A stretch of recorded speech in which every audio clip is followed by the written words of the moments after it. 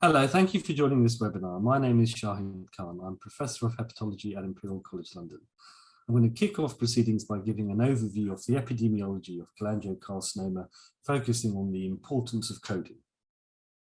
As I'm sure you're aware, cholangiocarcinoma is subdivided into three main types, depending on its anatomical location.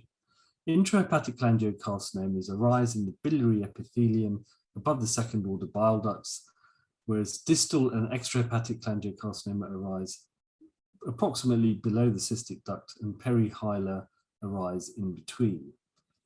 The importance of these three subtypes is that they are different in terms of their underlying risk factors, the relative importance of different risk factors, how they present clinically, how they're diagnosed, and also how they're managed. Interestingly, there have been studies going back over 20 years now showing that cholangiocarcinoma mortality and incidence rates seem to be increasing globally. And this is a selection of some of the studies, and most recently this paper from Bertuccio's group. Now what this shows, what this study and previous studies have shown, is that the general pattern appears to be that extrahepatic cholangiocarcinoma is decreasing or relatively stable, whereas intrahepatic cholangiocarcinoma seems to be increasing. And this figure shows, from Bertuccio's paper, shows age standardized mortality rates from many countries around the UK, as well as Japan, Australia, Hong Kong, and South America, and across the EU for approximately a 20-year period from the mid-90s. Showing that intrahepatic cholangiocarcinoma mortality rates in men and women have increased significantly. The highest rates seem to be in France, Spain, the UK, and Australia, with the lowest rates in Latin America. And the reasons for this have never really been explained. So I want to come now to the issue of coding of cholangiocarcinoma, or rather the significant possibility that there has been miscoding of cholangiocarcinoma. So we really need to focus and take a few moments to get our head around the International Classification of Disease, or ICD, coding system, and how the way it's set up has an inherent problem that leads to inaccurate coding. So the ICD from the World Health Organization has a code for every disease, and it's updated at regular intervals. The current version, or version that's been in use most recently, is ICD-10, which has a code for intrahepatic cholangiocarcinoma and a code for extrahepatic cholangiocarcinoma, but does not have a separate code for perihilar cholangiocarcinoma. In parallel to ICD-10 is the ICD-0 from IARC, which is the WHO cancer subgroup, which has a morphology code for perihilar cholangiocarcinoma. And sometimes this is cross-referenced to intrahepatic and sometimes to extrahepatic. What complicates things is that ICD and ICD-0 change every few years. Now, perihilar, or so-called Klatskin cholangiocarcinoma, are anatomically extrahepatic, but not specifically differentiated in routine data. In the first version of ICD-0, some years ago, perihilar cholangiocarcinoma were called Klatskin, which is technically not a term that one should be using internationally. But these cholangiocarcinoma were not assigned a specific histology code and were classified and could be classed as intra or extrahepatic. In ICD-02, Klatskin cholangiocarcinoma were given a unique histology code, but this was cross-referenced to the code for intra, not extrahepatic. And remember that ICD-10, the main ICD system, still did not have a perihilar code. And the relevance of this is that perihilar cholangiocarcinoma are the largest subgroup of the three subtypes of cholangiocarcinoma as seen in clinical practice and in published case series. Now, the other complicating thing is that ICD and ICD-0 are taken up and used in different countries at different times. So for example, ICD-02, where Klatskin cholangiocarcinoma with cross-reference to the US was taken up, adopted in 1991, but in England and Wales in 1995. And then the third version, ICD-03, again, went back to ICD-01 and cross-referenced Klatskin cholangiocarcinomas to intra or extrahepatic. So quite confusing. And again, ICD-03 was adopted in the US and the UK at different times and other countries at different times. So in summary, perihilar cholangiocarcinoma, the largest subgroup of cholangiocarcinoma, may have been misclassified in all versions of ICD-0, especially to intrahepatic during the period where ICD-02 was used. Now, if we look at what this shows graphically, so this is from a publication of ours in 2012. The blue line represents age-standardized incidence rates of intrahepatic and the red line extrahepatic, looking at the US data from the CCA database. And what happens, I want to show you in the next slide, what happens when ICD-03 was used instead of ICD-02, was that suddenly the rate switched and intrahepatic went down and extrahepatic went up. And this is just a graphical example of how poor coding itself can lead to dramatic changes in recorded incidence and mortality rates. Another bit of evidence that was recently published from our group in conjunction with colleagues from Liverpool and University College London. We reviewed cholangiocarcinoma case notes with 2 independent clinicians. We looked at the tumor board or MDT notes, the imaging, the clinical notes for a 2-year period at 3 independent regional hepatopancreatic biliary centers. And we looked at what the diagnosis we came to was compared to the original code that was allocated years before. And in summary, what we found that the actual diagnosis for patients who were assigned intrahepatic, so patients who were given a label of intrahepatic cholangiocarcinoma, assigned code C221, in around 33% of cases, it was actually perihilar cholangiocarcinoma. So of a total of 625 cholangiocarcinomas, 226 were coded as intrahepatic, but on examination of the case, 43% were truly intrahepatic, 34% were actually perihilar. And when we looked at all the perihilar cases, 92% of them were coded incorrectly as intrahepatic because they don't have their own code, and neither were they coded as extrahepatic. And if we look at the figures of the official figures, only 1% of cholangiocarcinoma in this 12-year period were called perihilar, which is very much out of keeping with the clinical picture, where around 50%, if not more, are perihilar. So therefore, we need international consistency and accuracy in how we classify cholangiocarcinoma to allow accurate monitoring of disease rates. Bile ducts should be subclassified as intrahepatic, perihilar, or distal. 3 clear subclassifications.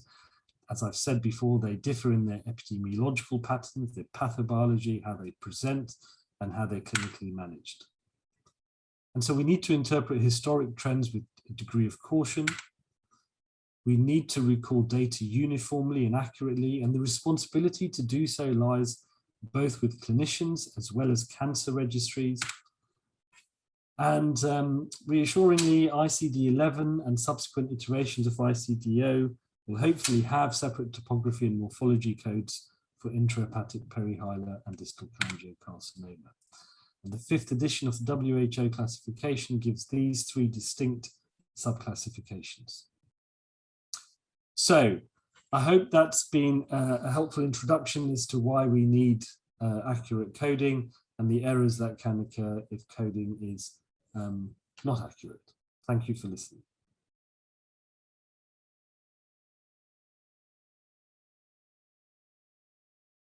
Thank you for this kind invite to share my thoughts on the coding challenges in cholangiocarcinoma. I'm a hepatobiliary surgeon in Liverpool, UK. So cholangiocarcinoma is a cancer of the bile ducts. and it can be classified as an intrahepatic tumor, which is a mass within the liver itself, a perihilar tumor, which is a tumor where the liver and the bile ducts meet, and a distal tumor, which is a tumor mainly in the region of the pancreas gland. And the latter two often present with biliary obstruction, so patients become jaundiced, and they may be admitted and have procedures to relieve the jaundice, for example, an ERCP. And this is a schematic demonstrating the anatomy of cholangiocarcinoma. Now, the perihilar tumor is the most common tumor, comprising approximately 60% of the subtypes of cholangiocarcinoma. However, previous studies in the West mainly have suggested that the incidence of intrahepatic cholangiocarcinoma is higher than perihilar cholangiocarcinoma. And if you look at the English Cancer Registry, the perihilar tumors are coded in a number of different ways, which makes identification of these patients challenging. Now, why is it important to get coding right? Well, firstly, it allows us to better understand the epidemiology of the disease. It also skews the mortality rates and the incidence of disease if we get the coding wrong. And of course, we're interested in future research to improve patient care, and we need to know which patients we're treating, so coding is crucial to that. But as a surgeon, if I look at the operations that I undertake, the surgery for an intrahepatic tumor is this. You access the abdomen, you mobilize the liver, you resect that part of the liver, and then you close the abdomen. This operation can take 2 to 3 hours. Patients will be in hospital for approximately 5 days. If you look at the perihilar tumor, the surgery for this is far more complex. It involves resection of the liver, the bile duct. It can often involve vascular resections and reconstructions. This is an operation that takes 10 to 12 hours to do. Patients often will go to intensive care. It's associated with significant morbidity and risk of mortality, and patients are often in hospital for up to 2 weeks. A distal tumor will involve resection of the pancreas, and again, the operation is fundamentally different. It involves mobilization of the pancreatic head, division of the pancreatic neck, removal of the tumor, and a reconstruction. So crucially, getting coding right allows the hospitals to bill for what they've actually done, and that is actually important for the NHS. So the latest iteration of coding does actually, for the first time, identify these 3 types of distinct cholangiocarcinoma variants. So the intrahepatic cholangiocarcinomas are here, and this is the tumor within the liver substance itself. The distal tumors, which often involve a pancreatic resection, are coded differently, 2C15.0, and crucially, for the first time, the perihilar tumors are coded with their own specific code, 2C18. Thank you very much for your time.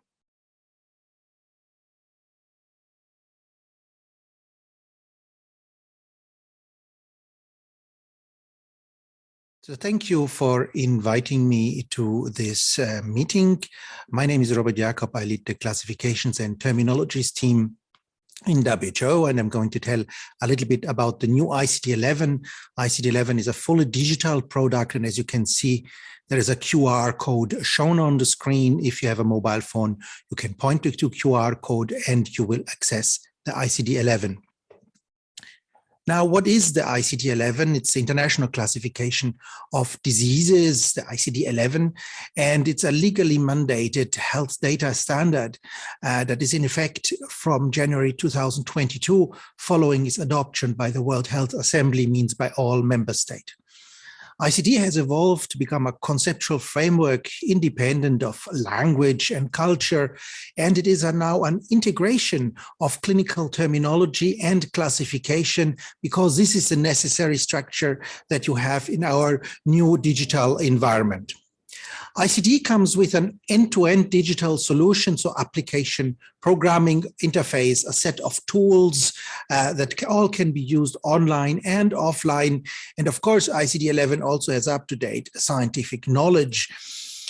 ICD has been ensuring comparable statistics and as much as needed semantic interoperability for about 150 years. And in contrast to the past, now ICD-11 will be available under Creative Commons license, as mentioned here, means free use, public and private. You just are not allowed to change the classification.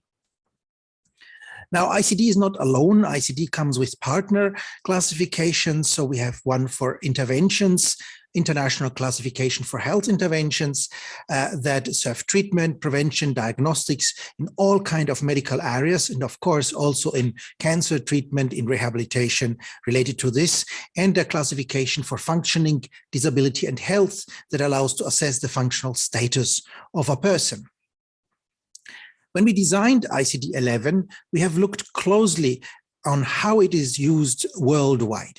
And of course, we then looked into these use cases and designed the new structures and content to match these use cases. All and foremost, the most known is the cause of death information, but we have case mix and costing, a lot of administrative uses of diagnostic coded data. We have on the other side, the clinical terms, the records, the communication of clinical information across languages. We have functioning assessment, we have primary care, we have patient safety, and we also have cancer registration as use cases looked at when designing ICD-11. Now, what is the real new thing in ICD-11 is really the structure of it. You see here a comparison between ICD-11 and ICD-10, where in ICD-10 we see a small circle that has some kind of 2 levels of categories, whereas in ICD-11 we really have still this statistical circle, also with 3 levels. And then we have this knowledge network that goes far beyond the pure classification. This is the ontology component, the terminology of ICD, the foundation of the ICD that is also shared with its siblings classifications. And this means that out of 17,000 statistical categories, we still have 80,000 concepts or entities in the system that can be addressed with some computer codes or with statistical code combinations. And these are complemented with some 120,000 terms. Now, the knowledge structure of the ICD allows the design to match also more than just the entities and synonyms that are contained in the system. And so the coding engine, the application programming interface can cope easily with more than 1.6 million terms in formalized code combination or single code outputs. This all means we have a clinical system that can be used for statistics, whereas the outdated ICD-10 was a statistical system imposed on clinicians. Now, ICD-11 is essentially rather easily to understand if you know some basic things. What we have are stem codes, so these are the classical statistical codes, and you add detail to this stem code information using extension codes. And with these code combinations, you can express all kinds of detail that you want. You can have a single code, a code combination of as many codes as you want or need in your environment. In addition, of course, there are still coding nodes and some diagnostic guidance depending on the part of the ICD.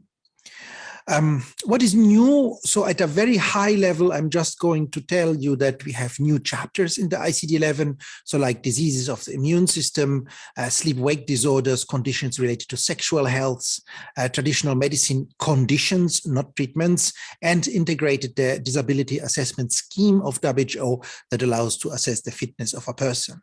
Overall, in the revision process, we have received some 15,000 proposals that all have been processed for content, for the structure. Some 99 countries participated in one way or another, some 300 institutions across the world, and hundreds of scientists provided their input. But I'm not going to go too much into detail regarding the changes. I'm just focusing on parts that may be of primary interest to you. And what we see here is on the left side of column that ICD is much more than diagnosis.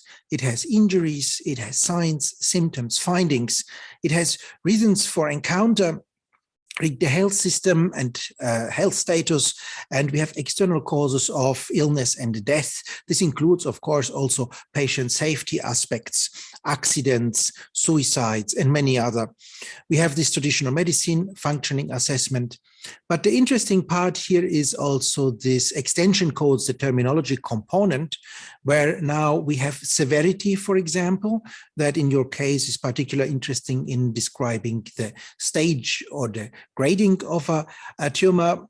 We have anatomy that matches the content of the former ICD-0 and even much more. We have a histopathology of tumors included. And of course, all kinds of other things like imaging chemicals and medicaments that you can combine to document some problems or some treatments as you need. Now, this was a lot of theory. Let's look at the browser that you can find online. I took here a screenshot of the section that is of particular interest to you, the malignant neoplasms of the biliary system. And what you see here is, for example, that there's a whole range of detail now included a priori in the core of the ICD-11, and you can add more detail, for example, being specific about the histopathology, just clicking on this mini tree that the arrow is pointing to. And with this, you can be as specific as you want. And you also see there you can switch language. We'll come to this later. Most importantly, look at the arrow at the bottom, at the top is the coding tool. And if we go to this coding tool, this really helps you to work as easy as possible. So you don't need to become a ICD professional to use it. You just code like in a Google style. And here somebody has sloppily typed cancer of the bile duct, and the system tells you, well, if you don't tell me more, it will be just something cancer of the bile duct and no information. But of course, if you are more specific, then you can go to the distal and other parts. Nevertheless, the system shows you also other matches so that if it turns out to say, oh, this is too unprecise, let's choose something more specific and get into this. Now, looking at this multilinguality, I chose here an example of the same browser, of the same settings. However, somebody decided to look this up in Spanish and to also see the Chinese version. This is already possible. Also, Arabic is there, and French and Russian will become available this year, and some 20 more translations are being prepared. So we should have this content codable available in all languages that are of main importance. Now, some of you may say, oh, I don't like certain parts. I want to recommend, for example, to add some more coding hints in the classification or to add some additional detail. Get involved, go to the ICD platform, go to the maintenance platform, and there you can register yourself. Then you can enter proposals and you can then propose whatever you need. Please make sure you put some scientific evidence linked to this so that decisions can be taken appropriately. Now, this all said, here we have the front page of the ICD-11. You will find this under icd.who.int. And here you find a whole range of information, the licensing agreement, some instruction manuals, some small training, the browsers, this kind of maintenance platform for participation. So all the parts that you may need. And if you have any questions or problems, get in touch with us at ICD@WHO. Thank you very much for your attention and looking forward to your questions and comments.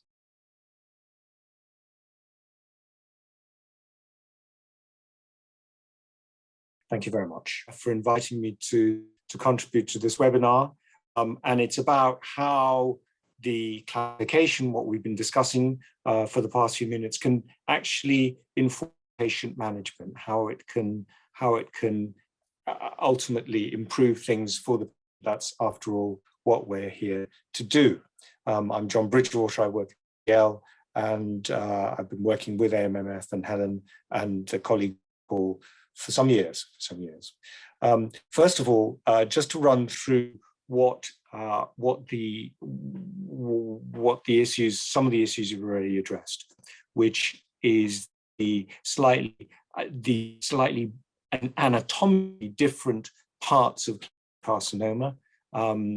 Put very simply, the intrahepatic components, they're the perihilar components, and the distal components. The intrahepatic components are those that arise within the liver.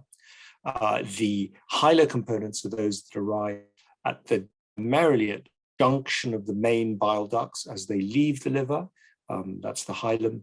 And then the distal cholangiocarcinomas, or otherwise the extrahepatic cholangiocarcinomas, arise in the body of the pancreas. So those are the anatomical differences, and you've heard how best to work with those on the latest ICD codes. The critical thing about this, of course, is that it's not just anatomical, the difference, but it's also biological. And if we look at the standard of care, so this is the chemotherapy standards that we've developed over the last 10 years or so on the treatment. This is an all-comers strategy. It treats every single cancer, the intrahepatic, the hilar, and the extrahepatic in the same way. And we've worked this over the last 10 years in settings, so that's after surgery, in order to reduce the recurrence, and we've increased the overall survival poor patients using the drug capecitabine, which is a tablet. In first-line therapy, so that's where patients have advanced disease, and we've demonstrated that with the inclusion of cisplatin, we can improve the survival of patients. And then in second line, we've demonstrated that, so that's after the cisplatin and gemcitabine have failed. In second line, we've demonstrated that the chemotherapy cocktail FOLFOX, oxaliplatin, and 5-FU can also improve survival, although you'll see that this is a relatively modest benefit. So these are now the international standard of care. Everybody else in the world uses these. I think just to point, these data were derived from patients in the UK. The UK is leading the world in this field. However, it is really the biology that makes the difference here. So for instance, if you're an intrahepatic cholangiocarcinoma, so that's the box at the top here, you have about a 50% chance of having a biological target, and that is a gene. That's a faulty gene that generates the cancer, and we are testing for these now. You'll have heard about the recent approval of pemigatinib by the National Institute of Clinical Excellence. We're testing for both for the use of pemigatinib and other drugs, because if you are an intrahepatic cholangiocarcinoma, these ones at the top, you have a good chance of 50% chance of having one of these what we call actionable alterations, targets that we can hit with other things. And so it's very important that we know the true number, the true percentage of these, and not only just the true percentage of intrahepatic cancers, but ideally the true incidence of intrahepatic cancers that are sensitive to pemigatinib. That data is estimated. It's not entirely known for the reasons you've heard. There are other treatment options for these patients as well. SIRT, which is selective intrahepatic radiotherapy, so that's injected radiation, is approved for some patients with liver-only disease, and also SBRT, stereotactic body radiotherapy, is also available for patients with solitary recurrence of lesions within the body of the liver. So it's really important for us to know the number of these, the true number of these patients out there in order to be able to best allocate resource and define and give all our patients, be able to predict ahead of time what our patients would be best treated with. And the same goes for the other two anatomical sites, the hilar tumors. So these patients, the treatments would be primarily stenting, SBRT, stereotactic body radiation again, and potentially transplant. There is now a discussion going on in the commissioning group, which MMF is a key member of, that is discussing the role of transplant in a very, very selected few patients in order to really move the UK into the 21st century with respect to transplant technology. So that's a really exciting development, and we're actually still discussing the guidelines for patients going into this. But once again, the true numbers of patients with hilar cholangiocarcinoma and the nature of those cancers will really help us define resource for this incredibly needy population. And then finally, with the extrahepatic cholangiocarcinomas, we have a slightly different problem in that some of these patients present with a lump in the pancreas and a metastasis in the liver, and what normally happens is that the liver is biopsied, because actually that's probably an easier place to biopsy than the pancreas, and these patients are almost inevitably called pancreatic carcinoma patients. Some, of course, are not pancreatic carcinoma patients. Some of them are cholangiocarcinoma patients with liver metastasis. And so once again, a detailed anatomical and biological description of these would be really important to work out exactly how many patients we have with these cancers. We can then decide what the resources are we need to really best support, best treat, and best improve the outcomes for our patients. And the UK registry will drive this resource allocation. I'm certain that it will do that. We've heard already how important the numbers are in this process. Thank you very much.